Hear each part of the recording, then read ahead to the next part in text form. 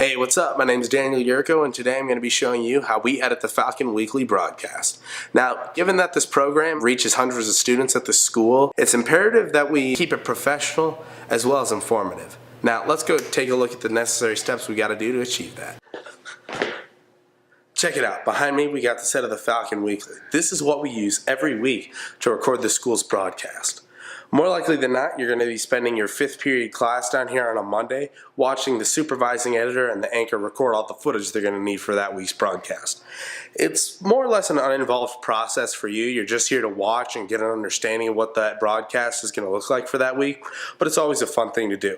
Let's move over to the editing IMAX and take a look at what we're going to be doing over there. Alright, so here we are over by the editing iMac, and the first thing you're going to want to do to get started is import the clips that the supervising editor from the Falcon Weekly tells you to. You don't have to go through and pick the ones that have to be added. And then once you do that, as you can see, what I'm doing here is making use of the keyer tool to remove the green screen. And when you're doing that, you just want to make sure that the background looks fine and there's no weird lighting inconsistencies. And then we're going to use the transform clip to go ahead and move this week's anchor over the previous week's.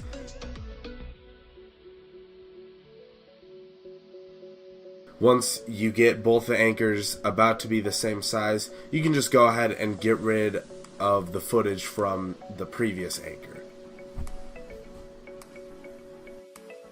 Now, before you start adding pictures and changing text, you can see here that I'm going to check really quick to make sure the break at the end of the first clip for the Falcon Sports update is proper.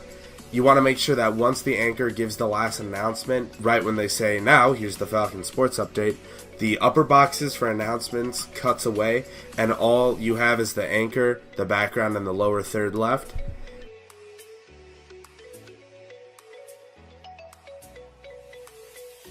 To start updating the broadcast to the current week with announcements, you want to start by changing the lower third for the anchor.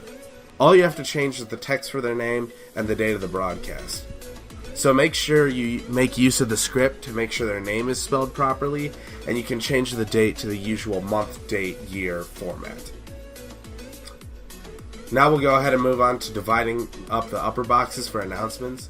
What I like to do is I watch through the clips of the anchor, and wherever you find there's a transition between announcements, you can just blade the text box for the announcement there. And once you get those in order, you're just going to start adding clip art that relates to the announcement. And there's a folder on the portable hard drive that has clip art, just stuff we've gathered over the years. Or you can find your own online using Google Images. Make sure to keep the clip art appropriate and relevant to the announcement at hand. And then once you have all the clip art inserted, you can just start changing the text to fit the announcements. Add any information that's most important. This could include dates, times, locations, persons to contact, or any sort of information that is necessary for students to comprehend the announcement. These are by far the most important steps you will do while constructing the broadcast, and it's very important that you take your time while you're doing it.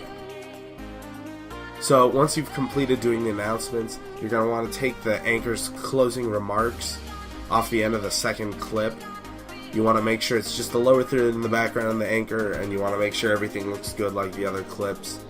And make sure you add a gap between the second announcements and the closing remarks if the creative team is going to add any specials. Alright, so now that we're done doing any sort of video editing, let's move on to another important task you have as editor: balancing audio levels. Now, you're going to want to use your discretion to balance the audio of the clips from the anchor, the intro, and the outro and the credits, and anywhere the audio changes to a different source. So when the anchor is giving the announcements, you can usually keep the background music a little bit lower than their audio to make sure you can hear them easily. And I would say personally, the most important part of balancing audio is to prevent any sudden changes in volume that might scare the pants off the viewers. I like thinking about it how you want to have it so that if whoever's watching the broadcast adjusts their computers or devices volume right before the broadcast begins, they don't have to change it again throughout the whole video. And now, before you finish up editing, I would go through and watch the completed timeline with a copy of the script to make sure everything makes sense with timing and announcement details. You want to make sure that all the dates are correct, the info, the announcements all make sense. Just kind of one final screening before you show it to the supervising editor. And the supervising editor is the person responsible for adding in any sort of specials. They'll also add the sports update, and they'll also export the broadcast as well, so that's nothing you have to worry about. And just like that, you've edited the Falcon Weekly. Congrats! Now, I know this seems like a lot to take in right now, but the most important thing to keep in mind is the more you practice these skills, the easier it'll become to get this broadcast edited. And the other thing to remember when you're first starting out is don't be afraid to ask questions. There are plenty of Falcon Weekly as well as broadcast media students who would be more than willing to help you out, as they were all first-time editors at some point too, and I'm sure they needed to ask questions to get help. So keep that in mind when you're trying to get this done. Alright, this has been Daniel Yurko. Have fun and happy editing.